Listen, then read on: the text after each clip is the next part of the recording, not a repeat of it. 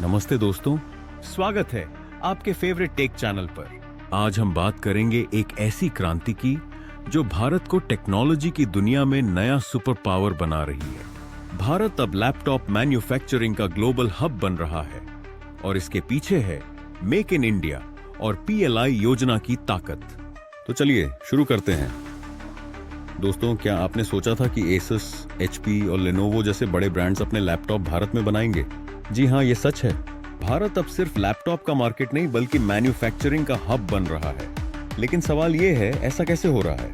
इसके पीछे दो बड़े कारण हैं: अमेरिका चीन व्यापार तनाव और भारत की PLI योजना। आइए इनके बारे में डिटेल में जानते हैं। पिछले कुछ सालों से अमेरिका और चीन के बीच व्यापारिक तनाव बढ़ता जा रहा है।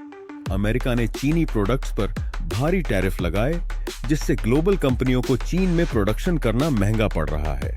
नतीजा, Asus, HP और MSI जैसी कंपनियां अब भारत की ओर रुख कर रही हैं। भारत में मैन्युफैक्चरिंग न सिर्फ सस्ता है, बल्कि ये एक सेफ प्ले भी है, क्योंकि भारत एक स्थिर और तेजी से बढ़ता मार्केट है। अब बात करते हैं भारत की PLI यानी प्रोडक्शन लिंक्ड इंसेंटिव योजना की। ये एक ऐसी स्कीम है जिसके तहत सरकार कंपनियों को भारत में मैन्युफैक्चरिंग करने पर 5% तक का इंसेंटिव देती है। 2030 में शुरू हुई 17,000 करोड़ रुपए की PLI स्कीम ने ग्लोबल ब्रांड्स को भारत की ओर खींचा है।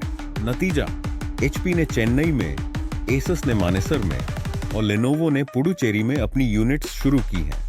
इससे न सिर्फ प्रोडक्शन बढ़ रहा है, बल्कि 17,000 से ज्यादा नौकरियां भी पैदा हो रही हैं। खास तौर पर Lenovo ने भारत पर बड़ा दांव लगाया है। कंपनी ने घोषणा की है कि अगले 3 साल में उनके सारे PC 100% मेड इन इंडिया होंगे। पुडुचेरी में उनकी नई फैक्ट्री हर साल 25,000 AI सर्वर और 2400 हाई एंड GPU प्रोड्यूस कर रही है। इतना ही नहीं, Lenovo भारत से मोटोरोला स्मार्टफोन्स भी एक्सपोर्ट कर रहा है, जिससे भारत ग्लोबल एक्सपोर्ट हब बन रहा है। दोस्तों, ये सिलसिला लैपटॉप तक सीमित नहीं है।